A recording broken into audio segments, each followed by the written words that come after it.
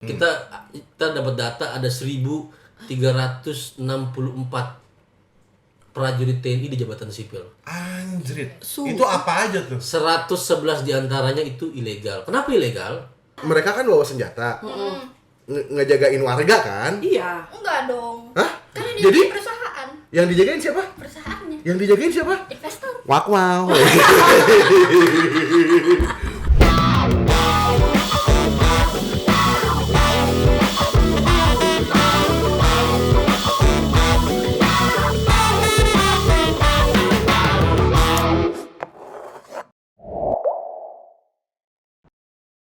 Selamat pagi, selamat siang, selamat sore, dan selamat malam. Kapan dan dimanapun kalian mendengarkan ataupun nontonin podcast ini, kembali lagi bersama Hamburger Podcast. Joke is not a crime. Anjir, gue udah lama nih gak. Ini apa sih namanya? Toa. Toa ya, gue udah lama gak megang toa. Soalnya udah lama gue gak unjuk rasa gue. Kebetulan dong. Kebetulan ini kita apa? lagi sama podcast unjuk rasa. Gimiknya kaku banget, bos. Yoi, jadi podcast unjuk rasa itu podcastnya Imparsial. Dan sekarang kita lagi di studio podcastnya Imparsial. Nah, ntar kalau dari kamera yang sini kelihatan tuh, di situ ada Tulisan. fotonya Cak Munir. Di sini ada fotonya. Ya ampun.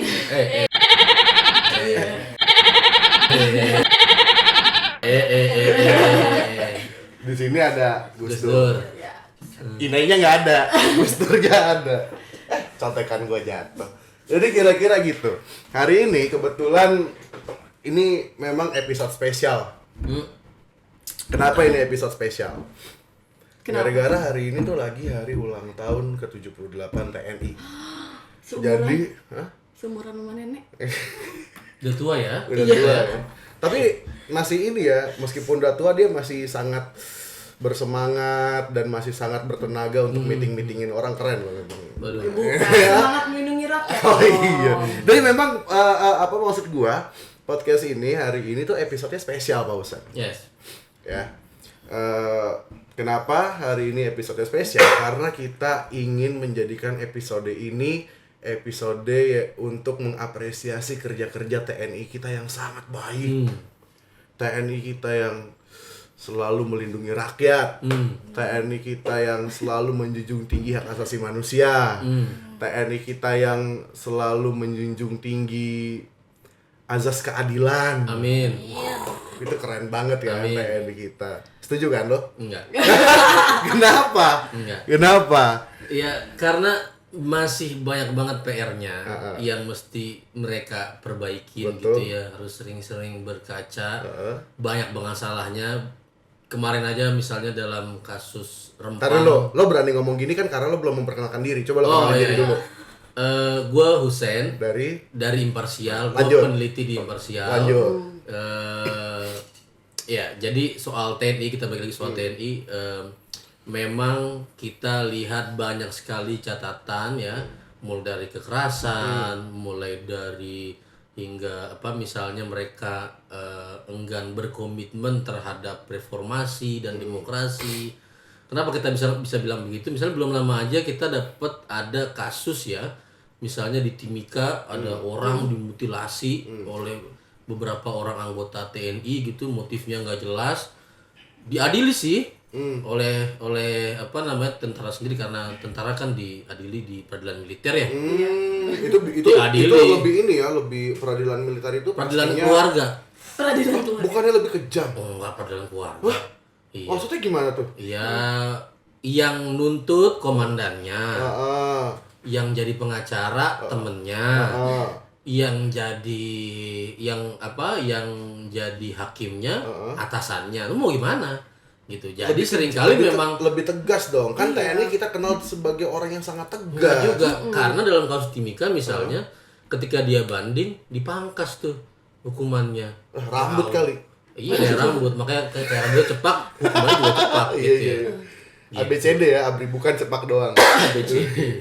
Belum lama juga ada kasus juga, misalnya ada orang lagi jalan gitu ya, nggak tahu jelas kenapa gitu, di Jakarta Utara namanya Jusni, tiba-tiba dikeroyok sama 11 orang anggota Bekang itu ya, Angkatan Darat. Dihukum lo tau berapa? Berapa? 1 tahun 8 bulan. Buset. Itu paling tinggi, ada yang 8 bulan, ada yang 10 bulan. Wah. Dan semuanya gak ada yang dipecat. Jusni meninggal dunia, Bos. Ih, Tapi gak ada yang dipecat. Bahkan hukumnya 1 tahun 8 bulan. tapi ini temuan imparsial kan? Temuan imparsial. Nah, coba kalau gue nanya deh, kalau temuan PBHI gimana? Apa memang bener yang dibilang imparsial kalau TNI itu kayak gitu, atau jangan-jangan enggak gitu, atau jangan-jangan sebetulnya imparsial emang kadung benci aja sama TNI Atau nih, jangan-jangan lebih parah. atau jangan-jangan lebih parah bisa juga. Kalau kita di PBHI, pada sebelumnya kenalin gue Anissa dari PBHI. Nah, kalau kita di PBHI ngeliat TNI ini ya kayak tadi, masalahnya bejibun, banyak banget problematik kalau kata anak sekarang kan. Belum lagi mereka punya Red peran flag lah ya, tambahan. red flag lah Iya, ya. red flag. Kalau sekarang kan lagi banyak nih presiden kita tuh ada yang namanya proyek strategis nasional. Nah, di seluruh Indonesia nih proyek strategis nasional itu yang jagain TNI. Kalau TNI yang jagain otomatis apa? Warganya digebukin sama TNI. Kayak di Rempang kemarin Kasar tuh. ya. Seriusan Iya. lu? Terus di Maluku. Tapi bukannya seharusnya lebih aman kalau dijagain TNI kan bawa senjata? Lah, karena mereka bawa senjata, kan itu artinya mereka bisa nembak-nembakin orang. Kan mereka punya izin buat nembakin orang. Otomatis itu kayak jadi masalah baru karena Enggak, mereka kan bawa senjata, ngejagain warga kan? Iya. Enggak dong. Hah? Karena dia Jadi? punya perusahaan. Yang dijagain siapa? Perusahaannya. Yang dijagain siapa? Investor. Wow. Wow. Oke, lanjut. Boleh lanjut. sebut nggak sih? Iya, ya? jangan. Nah, Jangan. Nah, jadi kayak di setiap daerah itu banyak banget korban-korbannya, warga akhirnya masuk rumah sakit, yang ditembak lah, yang diinjek, yang dipiting kayak kasus di Rempang misalkan ya. Itu temuan di PBHI itu banyak banget untuk terkait itu. Kalau kasus-kasus lainnya ya kayak Kontras sudah pernah ngeluarin data kalau kasus kekerasan yang dilakuin TNI itu sampai ratusan, 300 kasus gitu kan. Semua kasus itu berujungnya di peradilan militer dan itu ya udah ujung-ujungnya cuman kayak vonis ringan, penjara 6 bulan. Karena setahun. lebih tertutup gitu ya. Dan Iya, itu kan kayak rahasia banget. Kemudian nggak ada yang bisa mengakses. Selain nggak bisa diakses, kayak ya udah yang namanya peradilan keluarga. Kalau sama keluarga kan kita baik-baik aja. Yang penting anaknya dikawinin gitu. iya. Jadi ya itu kasusnya lain sih memang, tapi problematik juga. Tapi jadi selama ini gue salah dong, karena selama ini gue menganggap bahwa peradilan militer itu lebih tegas dan lebih kejam daripada pengadilan Sipil. sipil. Dalam beberapa hal memang iya, tapi dalam beberapa kasus temuannya banyak sekali gitu ya. Nah, kalau banyak sekali kan berarti kan bukan anomali, tapi memang ada kecenderungan juga. Banyak sekali apa? Banyak sekali yang memang justru menjadi sarana impunitas. Yang ngomong tuh impunitas apaan sih? Gue gak ngerti dah. Iya, sama. Bahasa lo tinggi banget. impunitas itu sederhananya ya, itu dimana seseorang itu dia tidak mendapatkan ganjaran yang setimpal. Misalnya nih, Tidak mendapatkan. Ya ampun Kak Jess. nih misal Ya Iklan. influencer ya. Iklan. iklan, Terus. nanti ditransfer Bu Mega. Iya. Iya. Mega mendung tapi. Ya, jadi impunitas sederhananya gitulah. Yang seharusnya misalnya karena dia melakukan kejahatan dia dihukum sekian tahun, tapi dia tidak dihukum. Atau kalau dihukum dia hukumannya rendah. Nah, itu impunitas.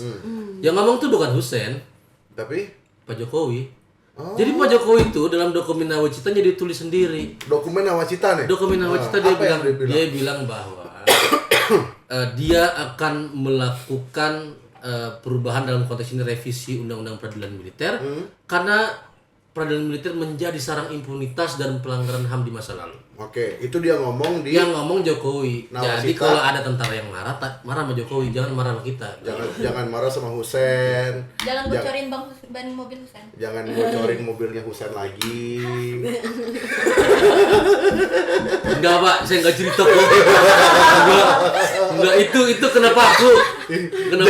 Jangan ngintelin kantornya PBHI. Kira-kira. Aduh ampun, sering banget. Jangan-jangan tukang bakso di depan kita? yang tadi kita makan ya. Bisa jadi. Nggak enak sih memang, tapi ya gua langganin aja. Ada asem-asemnya nggak itu? Ada. Karena gua pakai cuka. Bukan arsenik ya? Bukan. Kita bapak itu dong kalau Iya, Arsen. bapak itu. Terus gimana, Sen? Apa tuh? Iya tadi soal peradilan militer itu. Iya, soal peradilan militer, gue baru aja balik kemarin ya, ada diskusi diundang sama tentara. Ini jarang-jarang banget nih. Tentara kok tumben-tumbenan mau mengundang kita. Tapi yang undang memang Sekolah Tinggi Hukum Militer ya. Itu sekolah tinggi di bawah Direktorat Hukum Angkatan Darat ya. Jadi tentara-tentara yang belajar hukum militer di situ, yang diharapkan jadi hakim-hakim di peradilan militer di situ.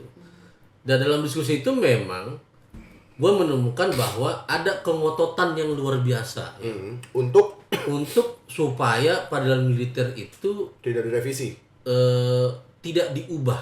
tidak diubah. Jadi untuk disclaimer, sebetulnya peradilan militer itu perlu, ya, yes. Tapi bukan untuk mengadili tindak pidana umum. Sederhananya begini. Misalkan Dalam gini. kalau sekarang nih teman-teman yang nonton kan nggak mungkin ada yang tahu ada yang nggak. Tapi gue mau jelasin dikit. Kalau gue tentara, gue naik motor sama JC sipil, gue nabrak orang, orangnya mati, gue diadilin di peradilan sipil, militer, JC diadilin peradilan sipil. Hakimnya beda, jaksanya beda. Betul. Bisa jadi JC hukumannya lebih rendah, bisa jadi gue hukumannya lebih tinggi, atau sebaliknya. Nah dalam konteks itu sebetulnya nggak benar kayak gitu. Kenapa? Karena orang bisa dihukum dengan perbuatan yang sama, tapi hukumannya berbeda. Oke. Nah itu nggak boleh gitu ya. Jangan mentang-mentang kemudian gue tentara atau lu sipil, hukuman lu lebih rendah atau hukuman lu lebih tinggi. Nah itu yang uncertainty itu yang kita hindari gitu loh, Jess. Nah mereka itu nggak mau. Oke. Tapi kan itu kasusnya kan kalau misalkan tadi contohnya lu sama gua, lu Yes. tentara, gua sipil. Ya. Iya. Tapi kalau tindakannya sendiri, tindakan lo sebagai seorang tentara, misalkan lo nabrak orang sampai mati, Iya. idealnya lo diadili Di peradilan sipil. kenapa? Karena tindakan menabrak orang itu kan kelalaian yang menyebabkan hilangnya nyawa orang. Itu kan tindak pidana umum. Oh, jadi betul. yang semua apa sih namanya kalau misalnya tentara-tentara melakukan tindak pidana umum seharusnya di pengadilan sipil, Peradilan jangan sipil. pengadilan militer. Jangan di peradilan militer. Yang harusnya di peradilan militer misalkan kayak gimana? Disersi. Oh, ya. Membocorkan rahasia militer. Terus misalnya apa? Melawan perintah atasan. Itu yang hanya tindak pidana militer aja. Di seluruh dunia begitu. Kecuali Indonesia. Iya, sama negara-negara komunis. Jadi Indonesia? Enggak gitu. Wah, ini panjang lagi gua klarifikasinya. Gitu. Jadi kayak Cina, terus Kuba itu ya semua apa namanya itu masih pakai peradilan militer, yang peradilan militer kewenangannya itu termasuk kepada tindak pidana umum.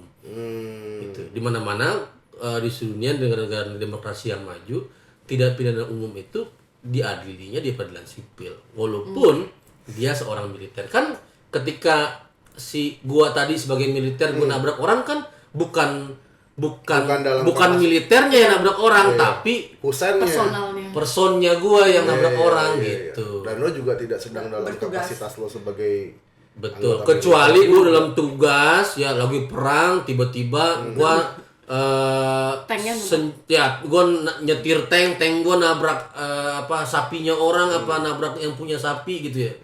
Nah, itu baru di peradilan militer gitu karena dalam rangka tugas. Nah, itu collateral damage. Nah, itu panjang lah ceritanya, tapi intinya itu tindak pidana militer, bukan Tapi tindak kan pidana umum. tadi lo bilang militer dalam konteks tugas misalkan lagi perang. Nah, kalau tugas-tugas yang non perang misalkan gitu militer jadi kepala instansi apa gitu-gitu ya. Militer jadi menteri misalkan ya gitu-gitu ya atau dan segala macam itu hitungannya tugas juga dong. Iya, itu hanya tugas juga. Tapi ya kadang-kadang ini sih kadang-kadang yang nyebelin juga. Dia militer pengen di tugas-tugas di sipil, sipil sebut saja kepala Basarnas. Dia pengen di jabatan sipil dengan fasilitas sipil, gajinya sipil, kewenangannya sipil.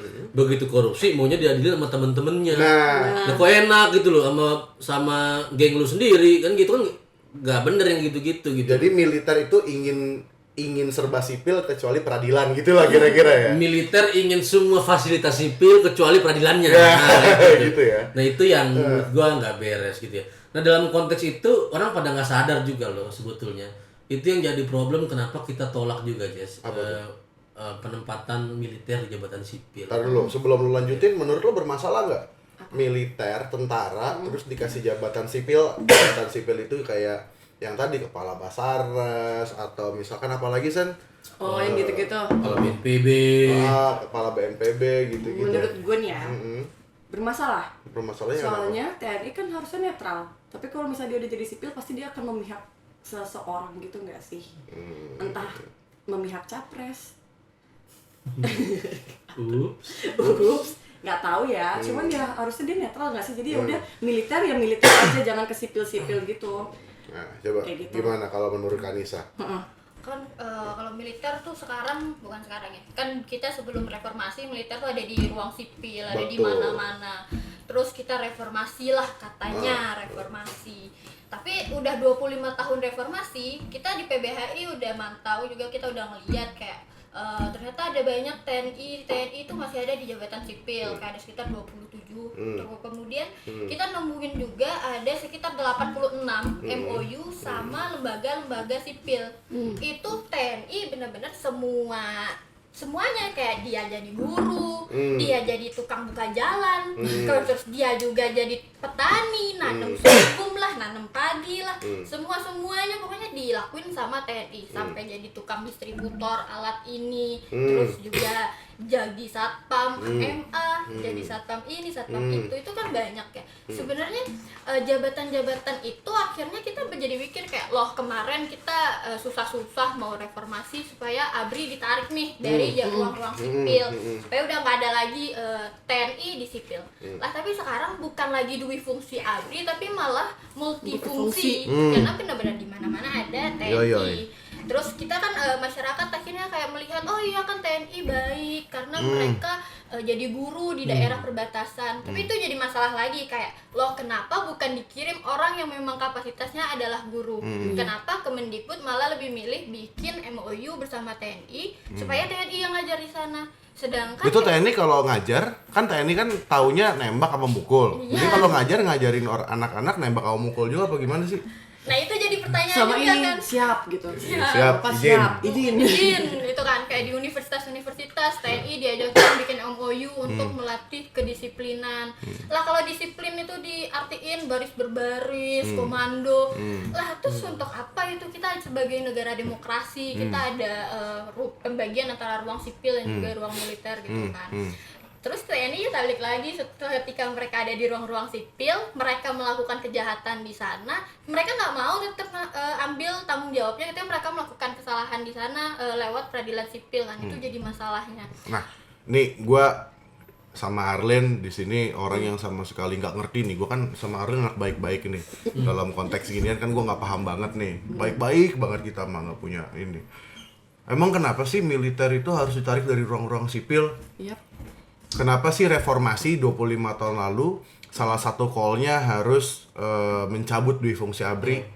Emang apa sih urgensinya? Apa sih kepentingannya militer itu harus dibatasi keterlibatannya dari ruang-ruang sipil? Kenapa tuh, San?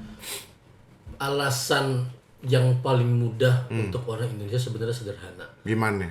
30 tahun lebih ya di bawah kekuasaan otoritarian militer ya, di mana militer itu menyokong berpuluh-puluh tahun itu rezim Orde Baru itu. Betul. Sehingga sampai sekian puluh tahun kok dia nggak bisa tumbang. Iya. Nah itu karena militer yang jagain dia gitu ya. Bukannya gara-gara pohonnya beringin. Iya karena pohon. Susah tumbangnya, akarnya kenceng. Nah dalam realitas pohon beringin itulah tentara. Gitu. Dia dilindungi dari berbagai sisi oleh tentara itu. Tentara ada di kampus, tentara ada di jabatan gubernur, wali kota, sehingga nggak ada ruang untuk orang protes, nggak ada ruang untuk orang berdemokrasi gitu. Emang tentara nggak boleh diprotes? Tentara nggak boleh diprotes. Gimana? Emang tentara nggak bisa diprotes? Lo nggak bisa diskusi sama moncong senjata, Jess. Iya Nggak lagi. bisa. Tentara itu basicnya memang dilatih untuk menerima perintah dan memerintah, bukan untuk berdiskusi. Bahaya justru kalau tentara diajarin diskusi. Bahaya. Kan kemarin lo habis diskusi sama tentara. Nah itu dia, itu tentara yang sekolah. Lain lagi. Tapi memang pada dasarnya tentara itu basic nature-nya itu bukan berdiskusi gitu ya. Jadi once mereka berkuasa itu akan sulit untuk kemudian ada ruang-ruang diskusi di sana gitu ya. Gak usah jauh-jauh kita nyontoh ke luar negeri, di Indonesia aja zaman Orde Baru emang kita bisa protes kenapa sih uang kuliah sekian mahalnya, kenapa bensin sekian mahalnya, kenapa orang nggak bisa beli rumah dan lain sebagainya. Orang nggak bisa protes. Kenapa kamu tanya begitu? Kenapa? Siapa kamu tanya begitu? Siapa yang suruh soalnya? Yes. Ya makanya itulah kenapa kita tolak ada kembalinya tentara di jabatan sipil untuk mencegah keberulangan peristiwa seperti kembali ke zaman-zaman itu. Gitu loh, Jess. Oke. Gitu. Menarik. Atau mau dijawab teoritis nih? Nggak usah. Oh, nggak usah. Uyang. Jadi sekarang apa berarti yang sedang dan akan dilakukan sama teman-teman untuk menjawab persoalan-persoalan tadi? Kan tadi berarti gini. Kira-kira kan kita memetakan ada beberapa persoalan dari sepanjang diskusi yang tadi mungkin udah kira-kira selama 20 sampai 30 menit lah. Berarti yang pertama tadi lo ngomong tentang bagaimana dalam praktek-prakteknya tentara masih banyak banget melakukan kekerasan. Ya kan? Kemudian dalam praktek-prakteknya juga kemudian mereka ketika melakukan tindak kriminal diadili di peradilan militer yang lebih mirip sama peradilan keluarga gitu ya. Tapi di saat yang bersamaan mereka menolak diadili di peradilan sipil, tapi mereka pengen banget untuk masuk di seluruh jabatan-jabatan sipil. Bahkan kalau nggak salah tentara juga sedang mengajukan revisi UU TNI kan? Betul. Yang isinya kalau nggak salah adalah soal apa? Satu ya, tadi kalau kita bicara soal penempatan jabatan sipil, dia minta ada perluasan tempat-tempat di mana dia bisa masuk. Dari sebelumnya ada 10 ya. Kemudian sekarang tambah jadi 17. Anjray. Begitu. Termasuk kemudian termasuk di Kementerian Maritim dan Investasi, termasuk di Kejaksaan dan di banyak tempat yang lainnya yang sebetulnya itu bukan ranahnya TNI lah. Nah itu sebetulnya kalau gue ngelihatnya dalam rancangan revisi undang-undang TNI itu sebetulnya mereka berusaha untuk membenarkan kesalahan yang sekarang mereka lakukan. Karena memang udah telanjur masuk, Jess. Dan itu keliru, dan itu kalau digugat masyarakat sipil habis dan pasti salah. Gitu loh. Yang habis kitanya kan maksudnya. Ya, kitanya. Itu atau bannya yang habis. Iya. Terus apa lagi? Nah, kalau tadi PBHI nemu berapa tadi? 86 MOU. Bukan, jabatan sipil? Kan 27. 27. Kita dapat data ada 1.364 prajurit TNI di jabatan sipil. Anjrit. Itu apa aja tuh? 111 diantaranya itu ilegal. Kenapa ilegal? Karena di luar daripada 10 lembaga yang dimungkinkan dalam undang-undang TNI. Nah 111 itu kan berarti kan ada 111 kesalahan dong.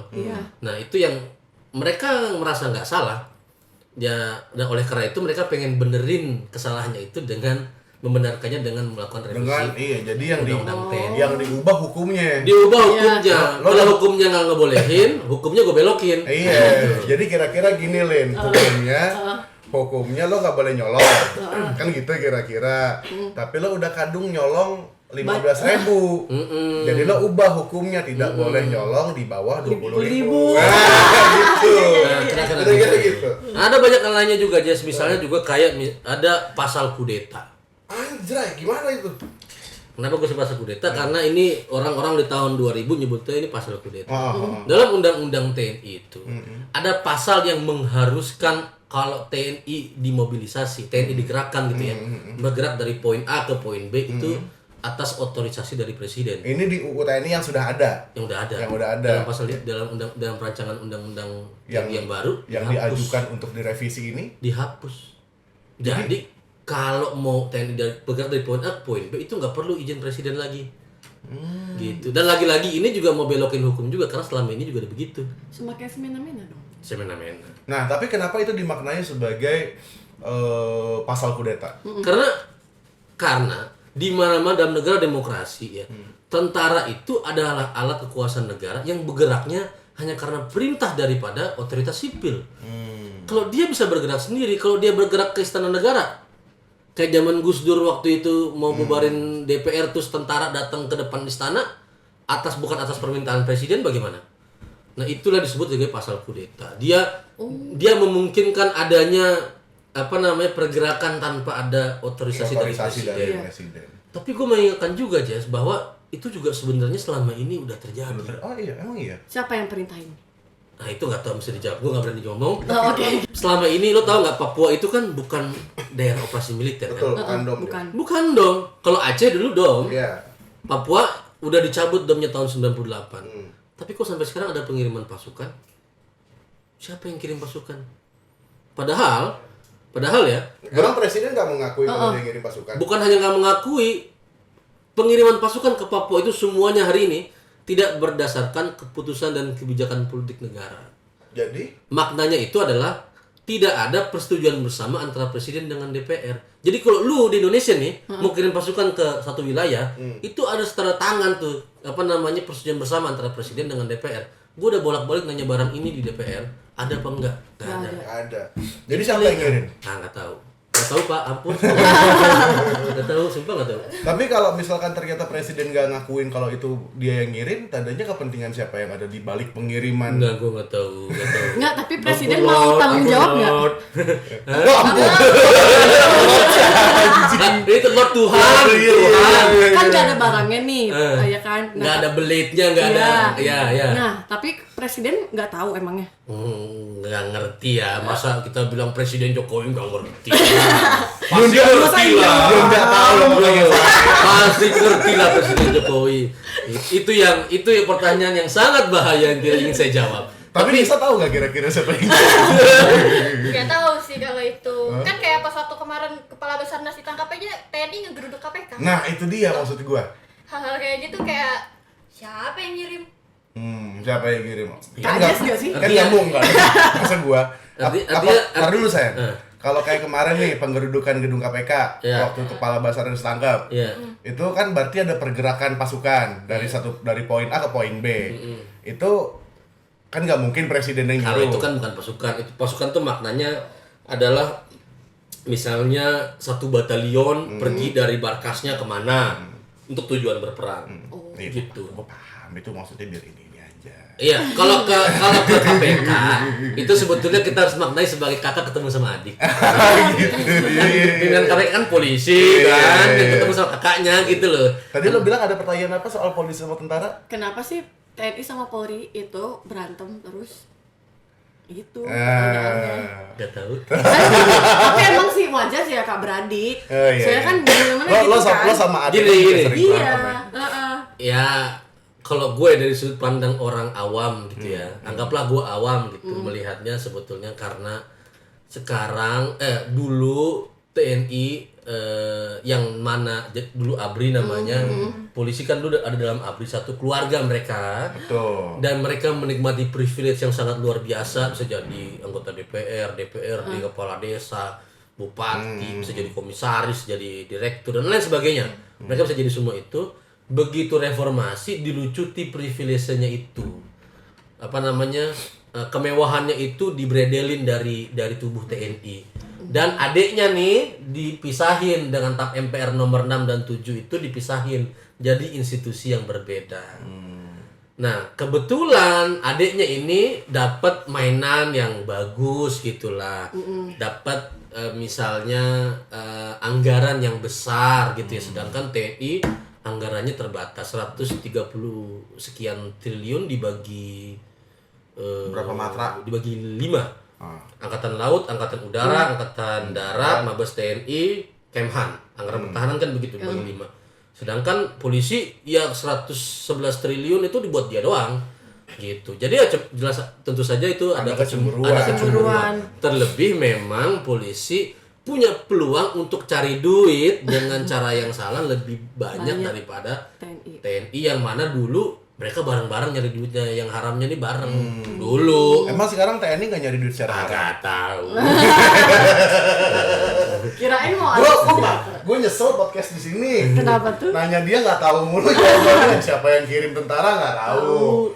Emang mereka Nanti sekarang nanti udah tulis di kolom komentar aja ya.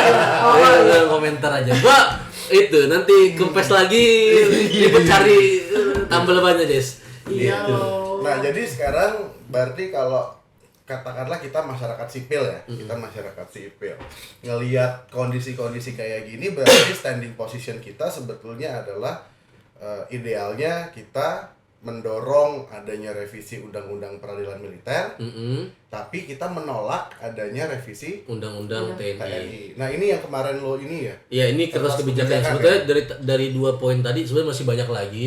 Kayak misalnya soal pasal operasi militer selain perang yang nggak harus berdasarkan kebijakan politik negara. Terus kemudian TNI yang minta kewenangan baru sebagai alat keamanan nasional. Memang selama ini enggak kan?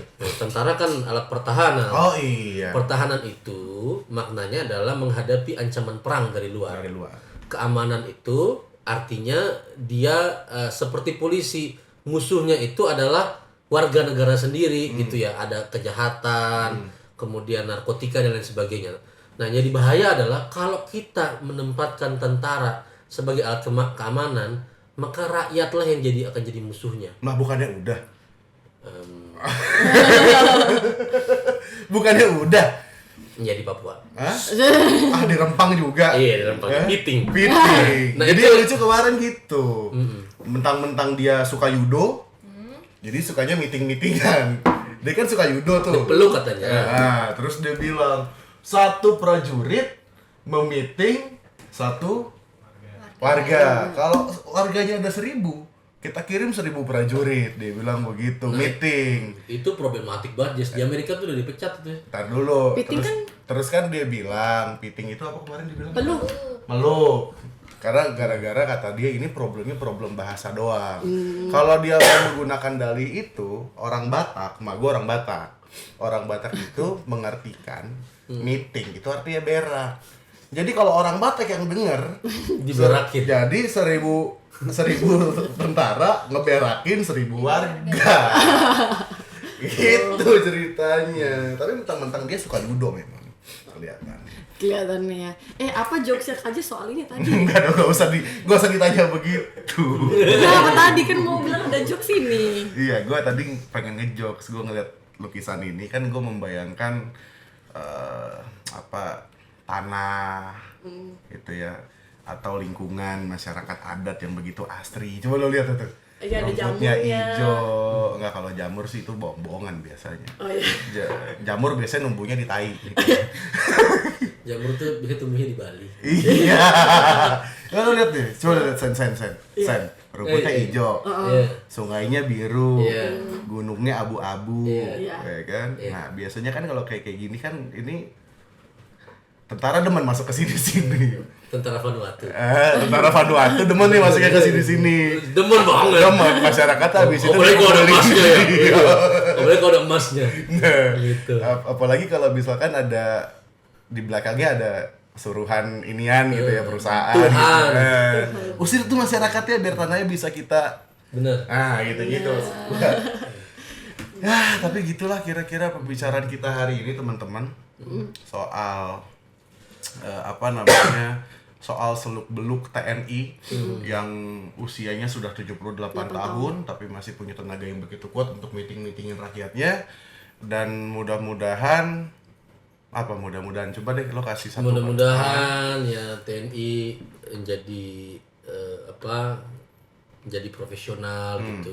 Sadar kalau dia sebetulnya prajurit dijadikan alat oleh orang-orang yang tidak bertanggung jawab, ditarik-tarik ke jabatan sipil, ditarik-tarik berhadapan-hadapan dengan masyarakat, yang padahal mereka cita-citanya bukan itu. Prajurit-prajurit di bawah itu cita-citanya dia pengen melindungi negara dan bangsa termasuk rakyatnya. Tapi karena ada orang-orang yang nggak beres ini, tidak bertanggung jawab, dia dibentur-benturkan dengan rakyat dan membuat dia jadi tidak profesional. Yang itu yang kasihan. Gue semoga ke depan semakin profesional, semakin sejahtera ya. Tidak ada lagi prajurit TNI di bawah tuh yang jadi apa? Yang jadi ujung tombak TNI itu jadi tinggal di rumah yang reot. Rumahnya pendek-pendek loh, Jess. Jelek dari triplek itu kalau pergi ke daerah. Kasihan. Dan orang-orang itu yang sebetulnya yang sama kayak kita, Iya. dihadap-hadapkan dengan orang-orang dengan masyarakat gitu ya, atas kepentingan yang tertentu gitu. Oke. Ini teruntuk TNI yang serakah jabatan sipil ya. Jadi kan Gue sekarang udah lari udah ngomong. TNI multifungsi kan itu berarti namanya kan. Bukan dui fungsi lagi. Iya, bukan difungsi tapi multifungsi. Nah, Multifungsi. multifungsi sama dengan banyak jabatan. Banyak jabatan sama dengan banyak kerjaan, ya kan? Nah, gua kalau di kantor dikasih banyak kerjaan itu nggak mau, paling nggak suka kecuali banyak duitnya. Berarti Berarti nggak nggak tahu ya. Gitu doang memang sih. ujung-ujungnya kasih. Iya. Kalau gitu sekian podcast kita hari ini. Makasih lagi buat teman-teman Imparsial, ada Unjuk Rasa, dan juga Anissa dari PBHI dan juga Arlen dari tadi di sini sama gua.